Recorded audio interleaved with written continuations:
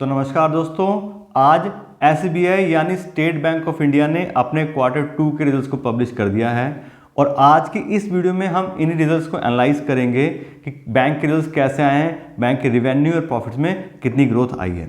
साथ ही साथ हम यही बात करेंगे कि इन रिजल्ट्स को यूज़ करके हम अपने इन्वेस्टमेंट डिसीजन में कैसे हेल्प ले सकते हैं। यानी कि अगर हम इस बैंक के शेयर्स खरीदना चाह रहे हैं तो जो रिजल्ट्स हैं वो हमें क्या इंडिकेशन देते हैं, और साथ ही साथ आपने पैसा ऑलरेडी इन्वेस्ट किया हुआ है इस बैंक के शेयर्स में तो हमें क्या करना चाहिए कि शेयर उसके बेच देने चाहिए या फिर हमें उनको होल्ड करके रखना चाहिए।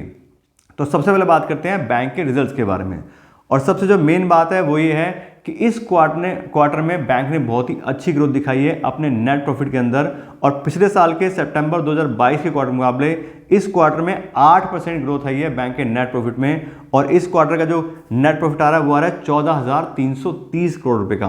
तो आप आइडिया लगाइए, एक ऐसा बैंक जिसका प्रॉफिट ही 14,330 करोड़ रुपए का है वो कितना बड़ा होगा, क्योंकि 14,330 करोड़ की तो कंपनियां भी नहीं होती हैं, पूरी उनकी जो नेट वर्थ है वो नहीं होती है। मिड कैप अगर स्मॉल कैप की बात करें तो 14 हज़ार की तो कंपनियां भी नहीं होती, 500-600 करोड़ से भी कंपनियां स्टार्ट होती हैं। यहाँ 14,330 करोड़ रुपए का बैंक ने नेट प्रॉफिट दिखाया है सिर्फ एक क्वार्टर का। तो काफ़ी बड़ा बैंक है, बहुत पुरानी हिस्ट्री है और काफ़ी अच्छे से ग्रोथ भी बैंक ने दिखाई है। साथ ही बात करें बैंक के बड़े होने की तो वैसे तो मार्केट कैप के हिसाब से HDFC बैंक सबसे बड़ा बैंक इंडिया में, लेकिन SBI के पास में सबसे ज़्यादा डिपॉजिट है क्योंकि गवर्नमेंट की बहुत सारी एजेंसीज का पैसा है, रिटेल इन्वेस्टर पे काफ़ी अच्छी पकड़ है, रूरल जो इंडिया है वहाँ पे काफ़ी अच्छी पकड़ है।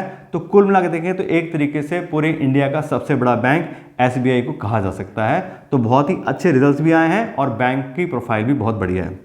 उसके बाद बात करें बैंक के नेट इंटरेस्ट इनकम की। नेट इंटरेस्ट इनकम का मतलब है कि बैंक ने कितना इंटरेस्ट चार्ज किया लोगों से और कितना इंटरेस्ट पेमेंट किया जो लोगों का पैसा डिपॉजिट है, उसके डिफरेंस को बोलते हैं नेट इंटरेस्ट इनकम। यहाँ बात करें तो इस क्वार्टर में 12% से बैंक की नेट इंटरेस्ट इनकम बढ़ी है पिछले साल के क्वार्टर के मुकाबले। और इस साल की जो नेट इंटरेस्ट इनकम आ रही है वो आ रही है 39,500 करोड़, 39,500 करोड़ रुपए की जो है रिपोर्ट की गई है इस क्वार्टर की बैंक की नेट इंटरेस्ट इनकम। तो नेट इंटरेस्ट इनकम भी बढ़ी है, नेट प्रॉफिट बढ़ा है। और साथ साथ बात करें बैंक की टोटल इनकम की तो अकेले इस क्वार्टर की बैंक की टोटल इनकम है 1,12,000 करोड़ रुपए। तो बहुत ही ह्यूज रेवेन्यू है बैंक का, 1,12,000 करोड़ रुपए सिर्फ एक क्वार्टर की बैंक की टोटल इनकम आई है। और इसको भी कंपैरिजन करें पिछले साल के सितंबर 2022 क्वार्टर थे तो 26% ग्रोथ बैंक की टोटल इनकम में भी आई है। तो बहुत ही एक्सीलेंट रिजल्ट हैं, बहुत ही बढ़िया हैं।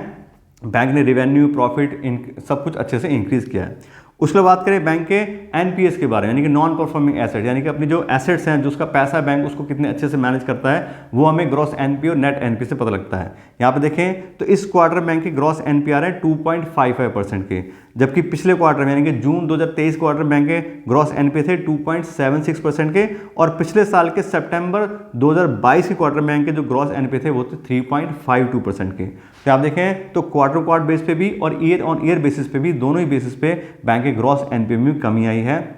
इसका मतलब बैंक अच्छे से अपने लोन्स को हैंडल कर रहा है, रिकवरी अच्छी है, तभी अच्छे से बैंक का पैसा रिकवर हो पा रहा है।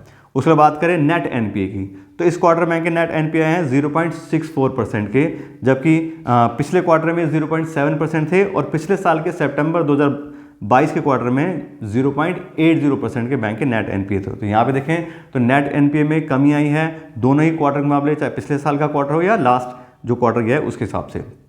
तो कुल मिलाकर रिजल्ट्स की बात करें जैसे मैंने पहले भी कहा है, बहुत ही अच्छे रिजल्ट्स आए हैं। बैंक के NPA में कमी है हमने देख लिया, इनकम भी बढ़ी है और साथ साथ नेट प्रॉफिट भी इंक्रीज हुआ है। तो बहुत ही अच्छे रिजल्ट्स हैं। अब बात आती है कि इन रिजल्ट्स को हम अपने इन्वेस्टमेंट डिसीजन के लिए कैसे यूज़ कर सकते हैं। तो उसके लिए पहले बात करते हैं बैंक के आज की डेट के करंट शेयर प्राइस की। तो आज की डेट का बैंक का शेयर प्राइस आ रहा है 578 रुपीज़। और इस हिसाब से बात करें तो आज के डेट में क्लियरली अंडर वैल्यूड बैंक है दूसरे गवर्नमेंट बैंक्स के मुकाबले। उसके लिए कैसे, उसका यह है कि जो मेन जो बैंक का वैल्यूएशन का रेशियो होता है वो होता है प्राइस बाय बुक वैल्यू। और बात करें SBI के प्राइस बाय बुक वैल्यू की तो आज के डेट में प्राइस बाय बुक वैल्यू आ रही है SBI की 1.4, जबकि पूरे सेक्टर की जो एवरेज है वो है 2.31, यानी कि जितने भी सरकारी बैंक हैं उन सबकी प्राइस बाय बुक वैल्यू की एवरेज निकालते हैं तो वो आती है 2.31, और जबकि SBI की 1.4 है। तो एवरेज से काफ़ी कम प्राइस बाय बुक वैल्यू पे आज के डेट में इसके जो शेयर्स हैं वो ट्रेड कर रहे हैं। ऐसी बात करें प्राइस बाय अर्निंग रेशियो की, तो एसबीआई का प्राइस बाय अर्निंग रेशियो है सिर्फ 8 का। जबकि सेक्टर की बात करें तो सेक्टर का प्राइस बाय अर्निंग रेशियो 17, यानी कि 50% के पी/ई पे ट्रेड कर रहे हैं एक एवरेज के हिसाब से। जबकि इतना बड़ा बैंक है, इतनी अच्छी ग्रोथ है और आने वाले टाइम में ग्रोथ होनी है, क्योंकि जिस बैंक के पास सबसे ज़्यादा डिपॉजिट है, सबसे ज़्यादा पैसा है, वही आगे सबसे ज़्यादा लोन देगा, वही बिजनेस करेगा, तो उसी को ग्रोथ भी मिलेगी। उस हिसाब से देखें तो बिल्कुल क्लियरली आप देख रहे हो कि अगर आपने ऑलरेडी अपना पैसा इन्वेस्ट किया है तो बहुत अच्छे रिजल्ट्स आए हैं, अच्छा बिजनेस चल रहा है, सब चीज़ ठीक चल रही है, तो बिल्कुल हमें पैसा अपना होल्ड करके रखना चाहिए उस बैंक में, कोई दिक्कत निकालने की है ही नहीं। दूसरी बात, अगर आप नया पैसा भी अपना इन्वेस्ट करना चाह रहे हैं तो उसके लिए आपको बता दिया, दोनों वैल्यूएशन रेशियो के हिसाब से अभी भी अंडर वैल्यूएशन में है दूसरे बैंक के मुकाबले। तो अगर आप नया पैसा इन्वेस्ट करना चाह रहे हैं तो उसके लिए आपको दे सकते हैं, लेकिन सिर्फ इन रेशोज या फिर इस रिजल्ट्स के बेस पे हम सारा डिसीजन नहीं ले सकते इन्वेस्टमेंट करने का, और बहुत सारी चीज़ें देखनी होती हैं। तो उन सब चीज़ों को चेक करके या किसी इन्वेस्टमेंट एडवाइजर से आप बात करके फिर आप इसमें इन्वेस्टमेंट के लिए सोच सकते हैं।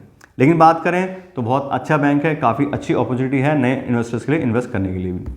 तो इस तरह से आपको रिजल्ट्स के बारे में डिटेल नॉलेज दे दी है। आशा करते हैं वीडियो आपको अच्छी लगेगी। अगर आपको वीडियो अच्छी लगी हो तो उसको लाइक और शेयर जरूर कीजिएगा और साथ साथ मेरे चैनल को भी सब्सक्राइब कर लीजिएगा। Thank you so much.